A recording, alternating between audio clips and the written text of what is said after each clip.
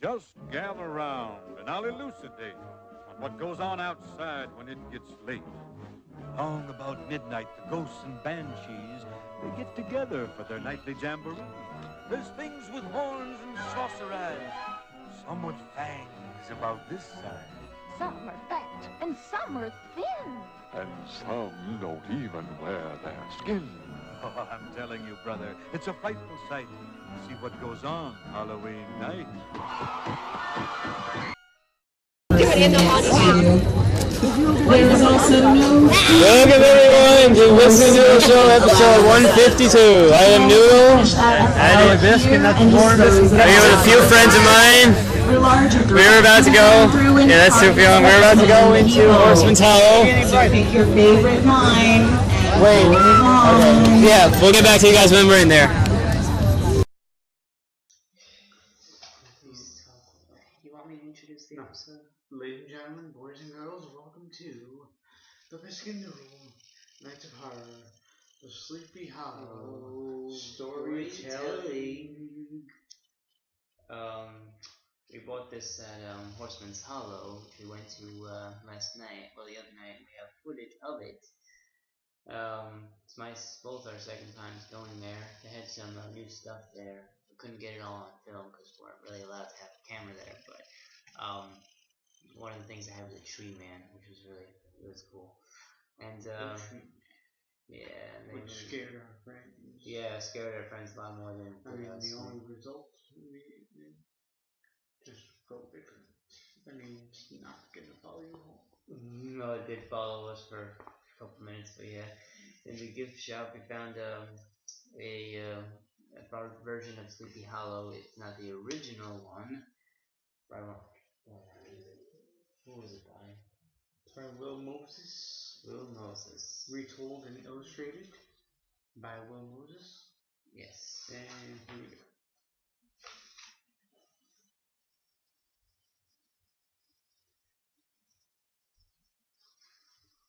You know, I think I'm just going to start from the actual story itself. Alright. Here we go. Story time with Bisc Noodle. Oh yeah. Enjoy. This story all happened down in the lower Hudson Valley of the New York State. Not so far from where I grew up. Way back when America was still a very young country. Nestled near the banks of the Hudson River and populated by folks of Dutch and German blood, lies a mystery, dreamy little settlement called Sleepy Hollow.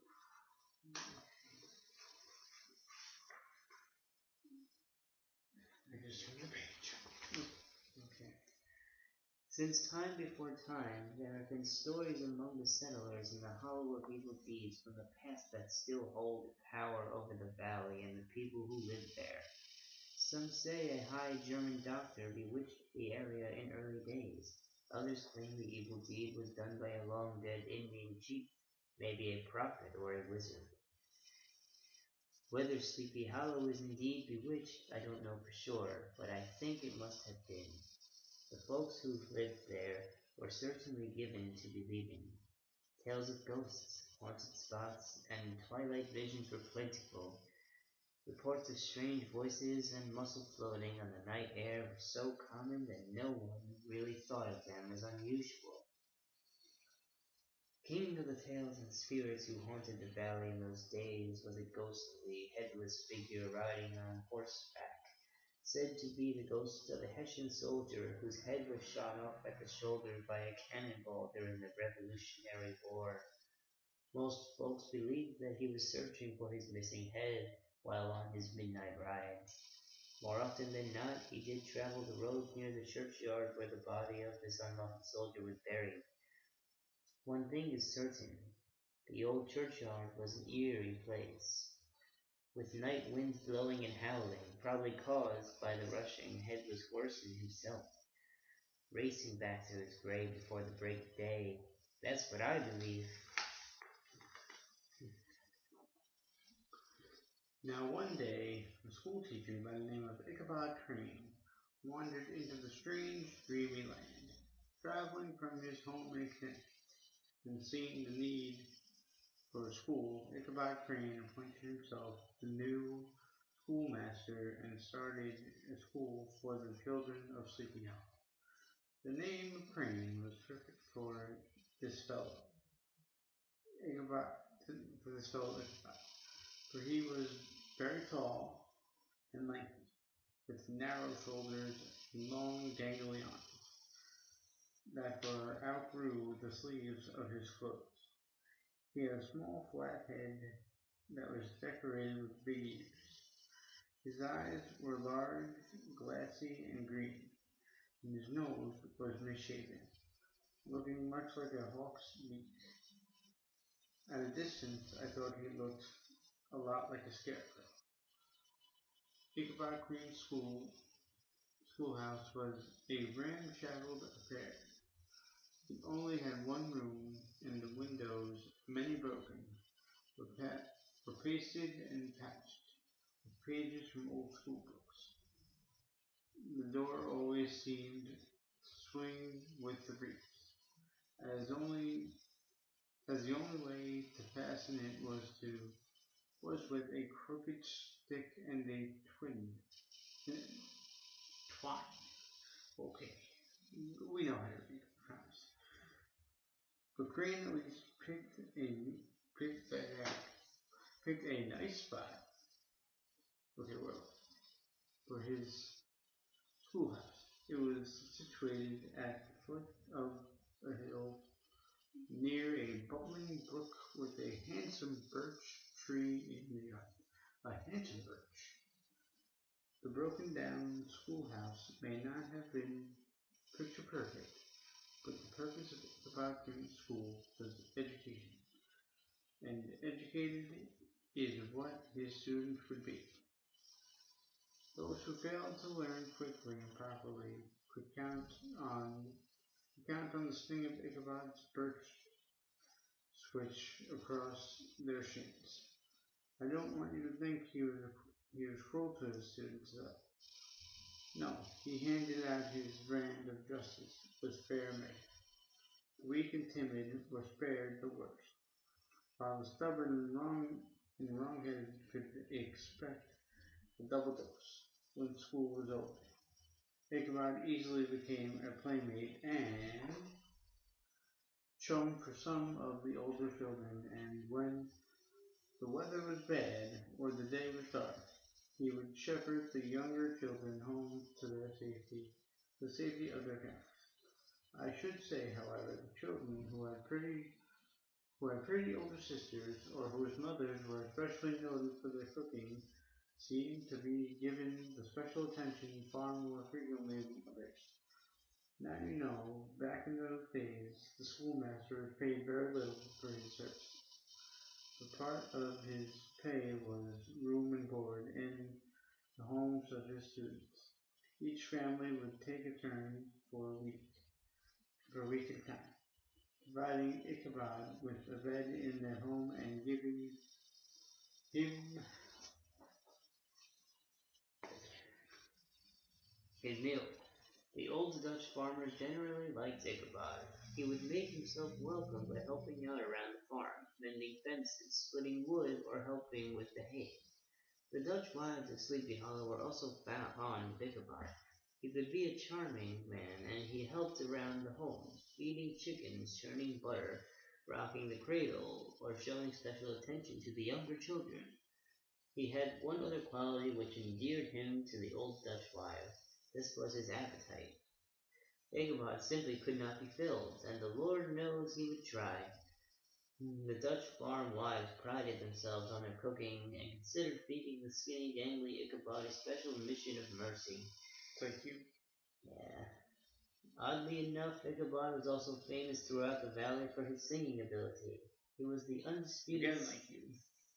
undisputed singing master of the Hallow church. On Sundays, he would lead his band of chosen singers through the morning's list of songs in a spectacular fashion. Schoolmaster Crane was even able to make a few extra and badly needed coins by giving singing lessons to some of the local folk.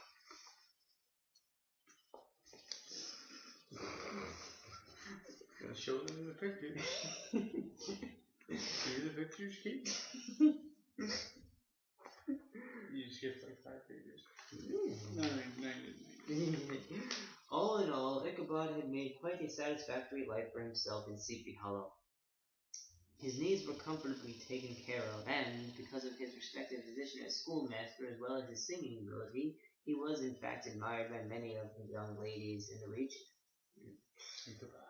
Ladies man. He carried on courtships with an elegance and grace to which his rival country bumpkins could not dare to compare.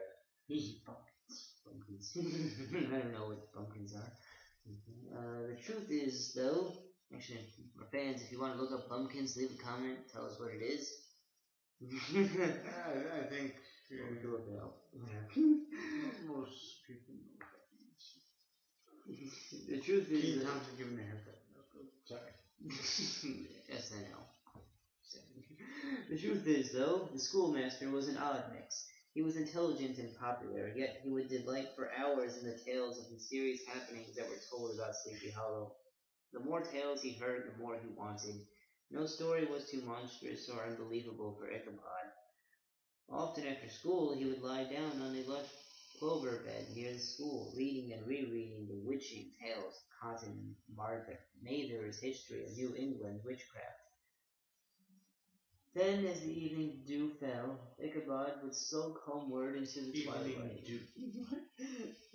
Yes, Ichabod would sulk homeward into the twilight with his imagination racing, inflamed by the very sounds of the surrounding countryside. The moan of whippoorwill and the cry of the frogs would make him uneasy, and the rustling cattle or hooting owl would send him into full fright. To quote J.R., business is about to pick up. When poor Ichabod was spooked this way, he would sing his songs at the top of his voice, hoping to drown out the noises of the night and fend off any lurking spirits. In the winter, when his clover bed was covered in frost and snow, he would listen to the old Dutch wives as they sat spinning wool, telling ghostly and ghastly tales of ghosts and goblins, haunted fields, haunted houses, and particularly the tale of the headless Hessian horseman that haunted Sleepy Hollow. No, not the Hopping Hessian. But when the evening came to an end, Ichabod Crane would always find himself in the familiar predicament. A long and frightening walk through the dark of night back to his home of the week. Despite all the terrors and frights of the Hollow, our schoolmaster friend continued getting along quite nicely there, until one day his path was crossed by a force more powerful than even Cotton Mather's witchcraft. Oh, you can show them pictures? No, I'm not seeing pictures. There was a beautiful young woman by the name of Katrina Van Tassel, one of Ichabod's singing students, and the only daughter of a wealthy Dutch farmer named Baltus Van Tassel. Katrina was a blooming fresh girl of 18, plump and rosy-cheeked. Ichabod Crane easily fell in love with her, attracted by her intelligence, her charm, and her radiant beauty. Way to go, Ichabod. These qualities alone would have been reason enough for most men to love her, but Ichabod was cast from a different mold than most men. Sounds like it. The day of his first visit to Katrina Van Tassel, Ichabod was overwhelmed by the sight of her father's farm. It was nestled on rich bottom land, bordering a nook of the Hudson River. It was a vision of prosperity. His glassy green eyes surveyed lush fields, planted full with wheat, rye, buckwheat, and Indian corn. Orchards of fruit and lush meadows where fat cattle and sheep were contentedly struggling here. Okay. And sheep were contented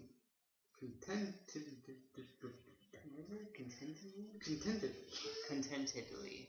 Contentedly, ladies and gentlemen, grazing, shaded by a mighty elm tree. The farmyard itself was alive with activity. An impressive spring of water bubbled near the enormous tree. Ooh, what happened to the enormous tree? Nearby was a splendid main barn surrounded by several smaller farm buildings, all bursting with activity.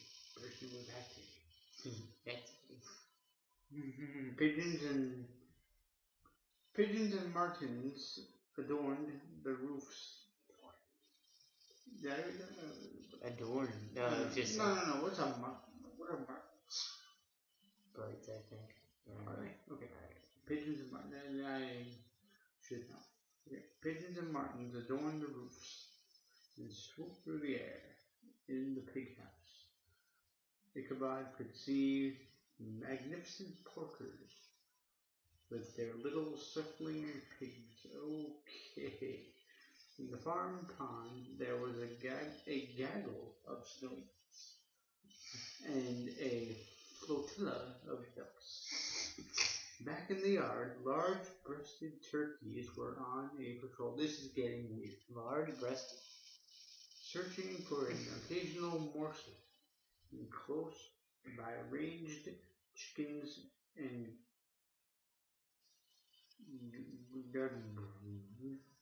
Ranged chickens and Ghana fowl. Interesting language in this book, ladies and gentlemen. Guinea fowl? A little guinea fowl, okay. Watched over by a magnificent rooster. Before him lay what seemed to be unimagined prosperity and a lifetime supply of wonderful suppers. If Ichabod Crane ever doubted his desire for Katrina, that doubt was certainly gone now. There's Katrina, in case you guys are wondering. That's Katrina. It's also on the Secret Hollow, Legend of Secret Hollow show. Yeah, tune into that. Yeah. Oh, more pictures. Yay! We'd be great storytellers. Me and my excellent reading. I read to kids at Regional Watts, the AM Center in Yonkers. Sometimes. Ichabod couldn't waste time and couldn't make a mistake in his courtship of Katrina Van Tassel. No. Because as you might have expected, Katrina did have other suitors. The most formidable among them was a strapping lad named Brom Bones. Brom Bones was the hero of the country, famous for his handsome looks, feats of strength, horsemanship, and his eagerness to frolic and fight. And in the Disney special, he gives everyone beer, but he opens the keg, which I find very inappropriate for a Disney special for him to be giving out beer. Boy. That was very strange. I knew him best, though, for his famous pranks and jokes, from which no resident in the Hollow was spared. Bones and his band of followers would often be heard at all hours of the day or night riding hard, whooping their war cries, having just won a wager or pulled a new prank. Whooping? Yeah, whooping. At the end of the day, though, Brom Bones was just another lad without direction in his life, with one exception. That exception was his desire and love for Katrina Van Tassel. There were plenty of rumors that, while she thought of him something of a brute, she was not altogether sorry to see him riding down her farm lane on summery Sundays afternoons. Bones' interest in Katrina persuaded most other men to keep their distance. As fetching as she was, most men did not think her worth the thrashing Brom Bones would certainly give them if he found them out. Ichabod Crane, however, was not most men. After figuring all the risks and the rewards, he happily rose to the challenge. Ichabod devised a plan calling for him to make his advances to Katrina when visiting at the Van Tassel home to coach the wonderful Katrina in voice and song. Evening after evening, the schoolmaster and the Dutch beauty would warble together under the giant elm in the evening twilight, with the spring bubbling gently nearby. A romantic setting if ever there was one. Even Ichabod couldn't have imagined things going so well. Days passed and Ichabod's plan was not obvious to most folks in the Hollow, but it was soon clear enough to Brom Bones. Bones was furious and boasted he'd double Ichabod up and lay him on a shelf in his own schoolhouse. But Ichabod heard the boast and made certain never even to give Brom the chance. Not to be discouraged, though, Brom Bones and his band of men commenced pestering Ichabod with endless pranks. They smoked out his singing class at the school by stopping up the chimney. They broke into the school at night and turned it topsy-turvy so many times that Crane thought witches were meeting there. When the schoolmaster passed by, Bones would call him names and poke fun at him. He even taught the stray dog to whine in a most unpleasant manner, then introduced the dog around the hollow as Ichabod Crane's singing master. The sort of nonsense went on until one sultry autumn afternoon, the messenger riding a wild pony arrived at Ichabod's schoolhouse. The schoolmaster was in a frazzled state of mind. The endless pranks and insults had taken their toll. I want to give a shout out to Dave Weinberg, aka Bones, aka Jaybird. Not sure why we call him Bones. Anyway, okay. The messenger entered the school and presented Ichabod with an invitation to attend a festive evening of merrymaking at the Von Tessel home that very evening. You may be sure the schoolmaster's spirits quickly rose. The students were hurried through the lessons and were dismissed from school an hour early. Ichabod was in a rush. Ichabod groomed himself to perfection to present his best appearance at Katrina's home later that evening. He borrowed a horse such as he was from Hans von Ripper, with relation to Jack the Ripper, or Jack the Ripper and Rip Van Wyk, family member maybe, who knows? The Dutchman with whom he was staying the week. Surely and broken down with a rusty, burr-infested mane and tail. The old plough horse had seen his best days long ago. Still, while one eye was blind and glaring, the other eye had the fire of the devil himself in it. I suppose if I can judge by his name, Gunpowder, in his day he must have had quite a horse. He must have been quite a horse. Okay. Ichabod mounted the beast with all the dignity and pride of a knight from old. In reality, though, his appearance was quite different.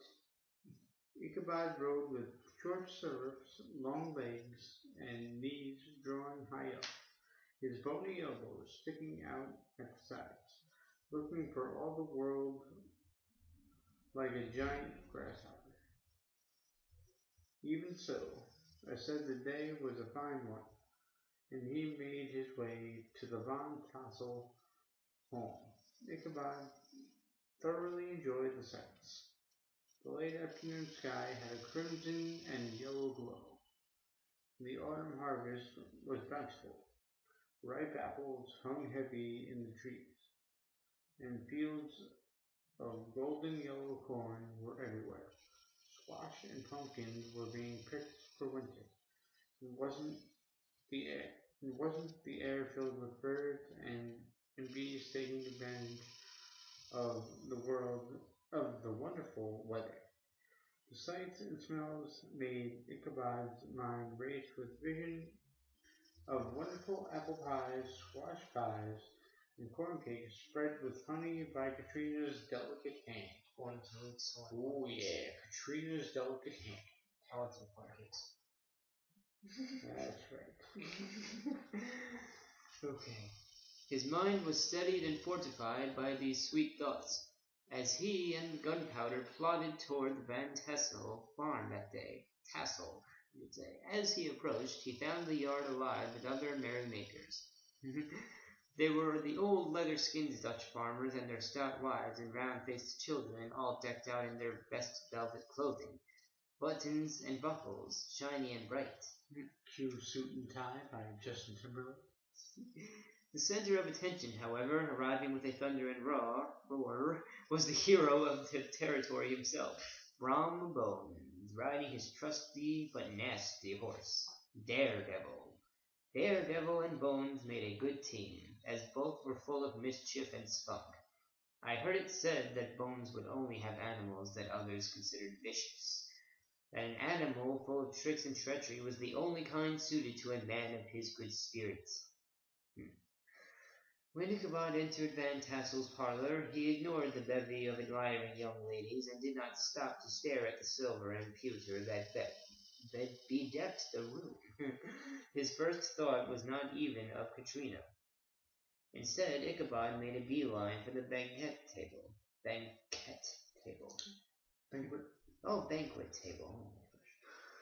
There spread before him, like all of King Solomon's gold, were platters of cakes, trays of doughy donuts, crumbling crullers, sweet cakes, ginger cakes, honey cakes, and the whole family of cakes. There were pies, apple pies, peach pies, and pumpkin pies. Mingled in this horn of plenty were hams and smoked beef, preserves of plums, peaches and pears, broiled shad and roasted chicken, bowls of milk and cream, and a giant teapot sending a rapturous vapor of sweet cream all around this piglety mix of delectables. Quickly and efficiently, Ichabod assembled a mountain of cakes, meats, pies, and fixings on his oversized plate and made for a corner of the room where he commenced to devour every morsel. You could see his spirits soar with each forkful, and his eyes roll with each swallow. Ichabod was in his glory, chuckling and chortling away as he imagined that he might one day be the lord of all this luxury and splendor.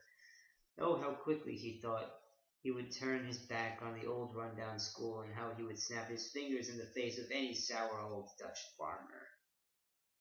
Jolly plump Baltus Van Tassel was mingling among his guests. Jolly plump Baltus Van Tassel was mingling among his guests, offering each a handshake and a dose of good humor, when the echo of music was suddenly heard throughout the house. A fiddler had begun to play, and the sound of music rustled the dreamy schoolmaster from his fantasy. Ichabod Crane prided himself on dancing talents nearly as much as on his singing ability. So he's a dancer too. A dancer. When he frothed onto the dance floor, not a limb nor fiber was still. To see his loosely hung body in full motion, clattering and clanking about the room, you would have thought Saint Vitus, the patron saint of dance, was cavorting before you. The patron saint of dance. During this entire spectacle, his dance partner was none other than Katrina, who all evening seemed to be taking the utmost delight and enjoyment in all of the schoolmaster's advances. This guy was a character. Meanwhile, Brom Bones sat watching, brooding jealously over in a corner of the room. Photos kids. Very well illustrated pictures by Mr. Moses.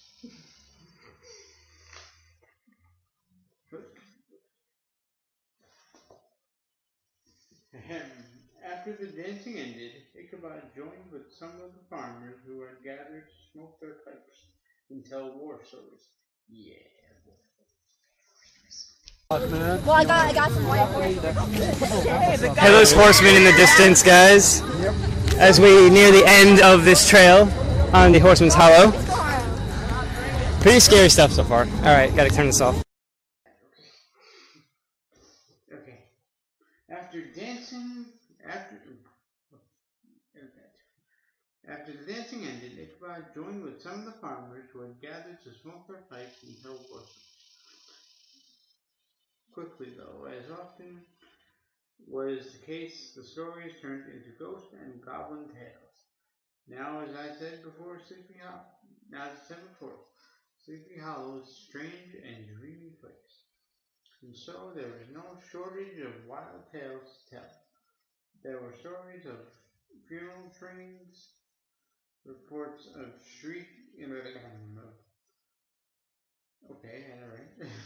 reports of shrieking cries in the dark near the great tree where the hapless Major Andre was hanged. Tales of the woman in white who haunts the dark glen of Raven Rock, screaming her death cry on winter nights. But soon enough, they got around to the tales of their favorite, the Headless Horseman. Much was said. You may be sure about how the Ghost Rider has been active lately, especially in the vicinity of the old churchyard where the Hessian is buried. Ooh, we were near there, didn't it? The old farmer, Brower, leaned forward into the circle of men. Speaking in a whisper, he told how he himself met the Hessian in the dead of night, apparently returning from a haunt up in the hollow.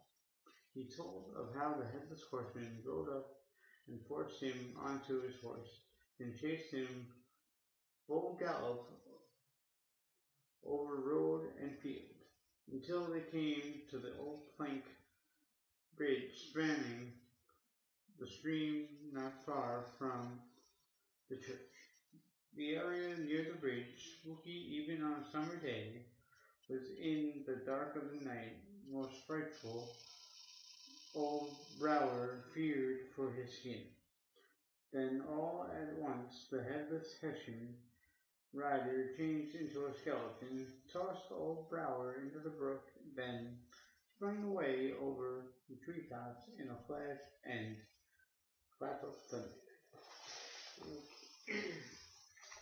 An uneasy quiet came over the storytellers, who had by then drawn into an ever tighter circle, when Brom Bones leaned forward and began to speak. One evening, while returning from a neighboring village, Brom said he encountered the night rider. He challenged the headless fellow and his goblin horse to a race for a bowl of punch, and claims that he would have drunk the victory punch too, as he and his horse Daredevil easily trounced the ghost. But as they came to the plank bridge, the Hessian bolted and disappeared in a flash of sparks and fire. None of this was lost on Ichabod. Still, he took his turn to speak, reciting some of his old anecdotes from his book of New England witchcraft. But here is what I think. All of this just frightened him all the more. Slowly the party began to break up, as the night grew late. The merrymakers loaded up their wagons and carriages and rattled home, but convinced he was on the high road to success in the arena of love, Ichabod lingered for a while to court Katrina.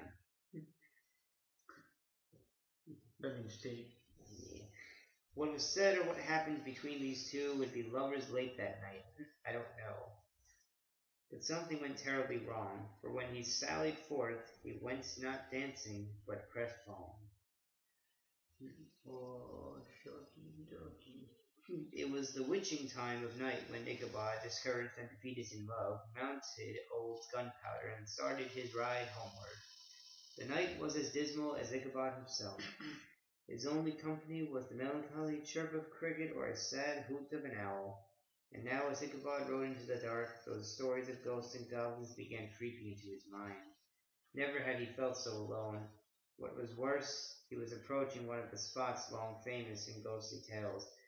Coming up, hard ahead, was the giant's gnarled tulip tree where Major Andre had been hanged.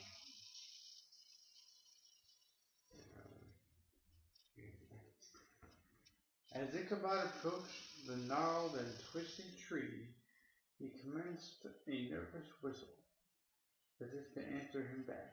A whisper of wind whined through the dead tulip tree leaves, drowning him out. When he came closer to the tree, he thought he could see something, pale and hanging in among the limbs. Ichabod looked closely, hoping that what he saw must be a missing patch of bark, blown away from the tree trunk by a lightning strike. Suddenly, he heard the loud, lonesome groan of large limbs rubbing one against the other. His teeth started to chatter, and his knees began knocking against the saddle. Ichabod and Gunpowder gingerly rode by, but not far ahead there was a small brook that ran into a marsh and thicket called Wiley's Swamp. There was an old log bridge crossing the brook, and the entire area was covered by a tangle of wild vines. Hanging from the oak trees, there was faint moonlight filtering through the vines, reflecting a delicate fog rising off the water. Sound fearful. Seeing this sight, Ichabod imagined the bridge certain to be haunted by ghosts and witches of most unspeakable kind. You really want to go into the woods and seek a Hallow. Calling up all of his courage, he went forward into the fog, his heart thumping like a great parade drum. He hoped to dash quickly across and gave Gunpowder a barrage of kicks to the ribs, but instead of charging forward, the obstinate old horse lurched sideways into a fence, which Ichabod gave the old beast another series of jabs to the sides, only to have him plunge to the opposite side of the road and into a twisted nest of brambles.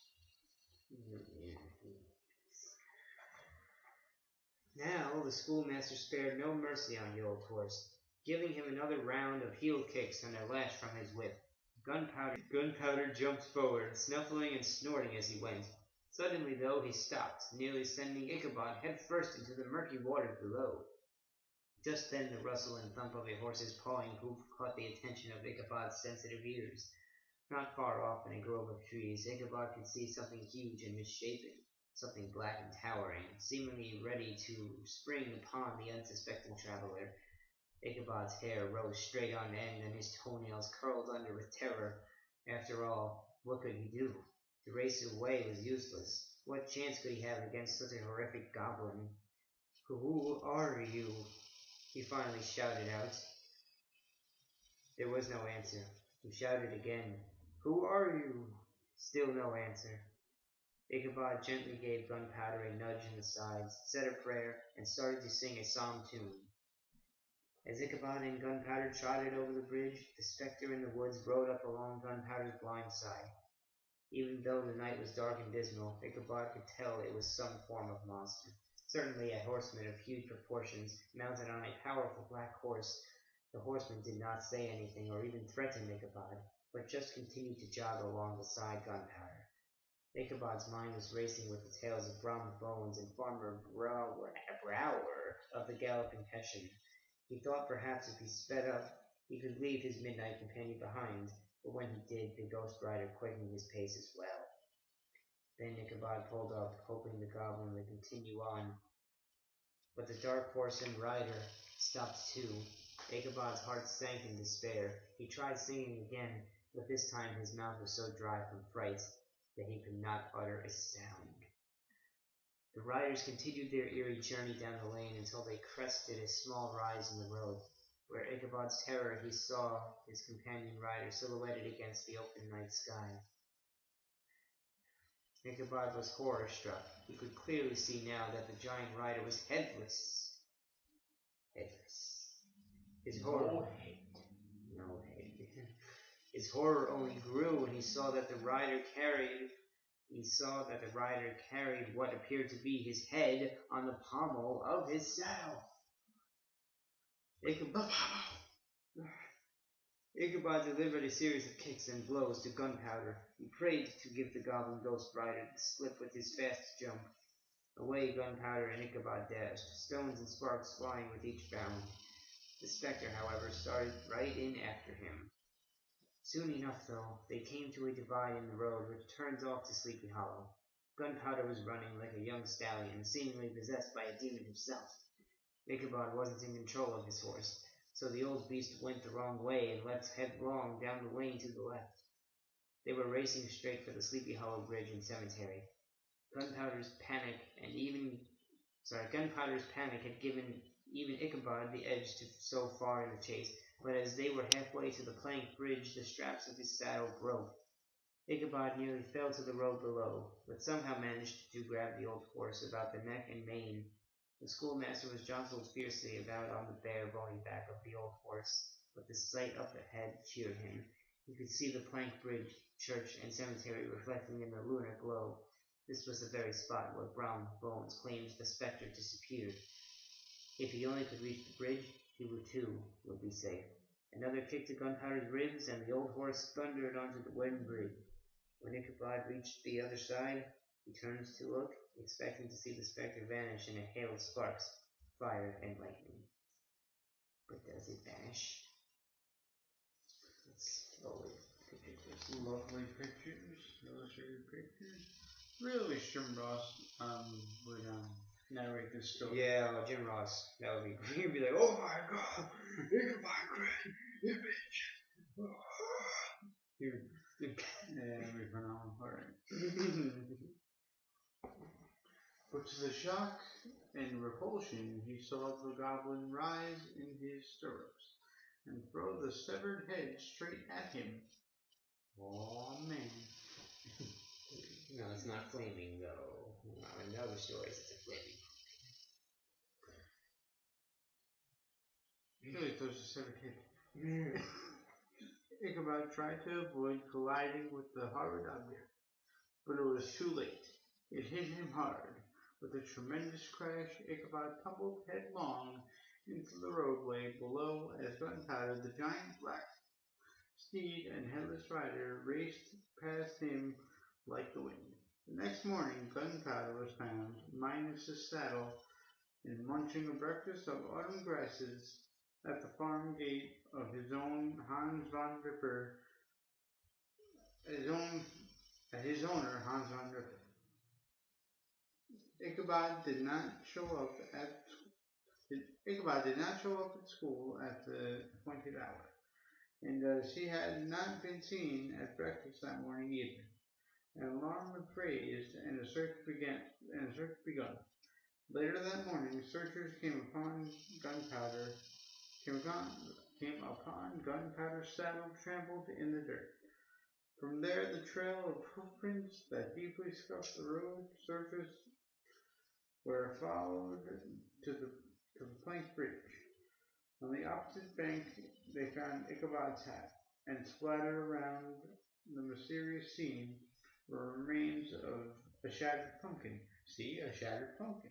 Yes, The deep waters of the nearby stream were searched in an attempt to find the schoolmaster, but all to no use. Ichabod Crane had disappeared. Following Sunday, a group of churchgoers gathered at the spot where Ichabod's hat and the pumpkin were found, remembering the frightful stories recently shared by Farmer Brower and Brom Bones. They figured that Ichabod Crane must have been carried off to his doom by the headless Hessian himself. Schoolmaster's belongings, including his book of New England witchcraft and a book of Ichabod's feeble attempts at love poetry for Katrina, were gathered and burned, as Ichabod was a bachelor, had no family, and owed nothing to anyone. No one in the hollow bothered to give the missing schoolmaster another thought. That's sad. Let's see. I'll read the last page here.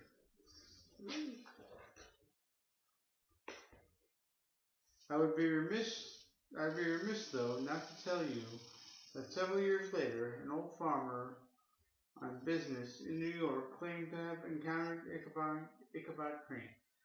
He said that Crane was now a judge in the 10-pound court and claimed that he left Sleepy Hollow for fear of the headless ghost goblin and the broken heart.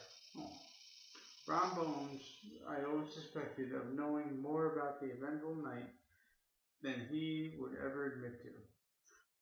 But shortly afterwards, he married Katrina and always had a twinkle in his eye when the story of the schoolmaster was told. Man, that Brom Bones taking away his fucking girl, man. As for what really happened to Ichabod Crane, you'll have to decide for yourself. I, however, agree with the old Dutch housewives who firmly believe he was spirited away by the fearful headless Hessian horseman. The old Dutch wives are, after all, the best judges in matters such as these. Apparently they are. So, folks, that's versus story. You ask me personally, I believe in Headless Horseman, and I want to go to the woods and Sleepy Hollow and see. Well, the story is based on real landmarks. Yes. And this story is the best. So it's Halloween's version of A Christmas Carol. This story has been retold and retold. Yeah. Very many specials have been made about it on TV. Yeah. Yeah, many. I mean, it's great, really. Alright, then we hope we didn't bore you guys. It's a bit of a long episode. We almost matched the time for our 100th episode, just 1 minute away from matching. And plus, it's about an hour special, so we hope you enjoyed. And plenty of more Nights of Horror to come. So, till next time, folks. Take care.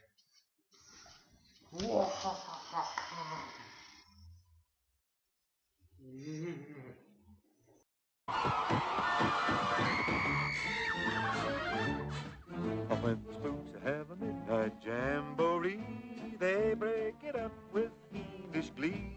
Ghosts are bad, but the one that's cursed is the headless horseman. He's the worst. That's why he's mine on Halloween night. But when he goes jogging across the land, holding his noggin in his hand, demons take one look and groan and hit the road for parts unknown. Beware, take care.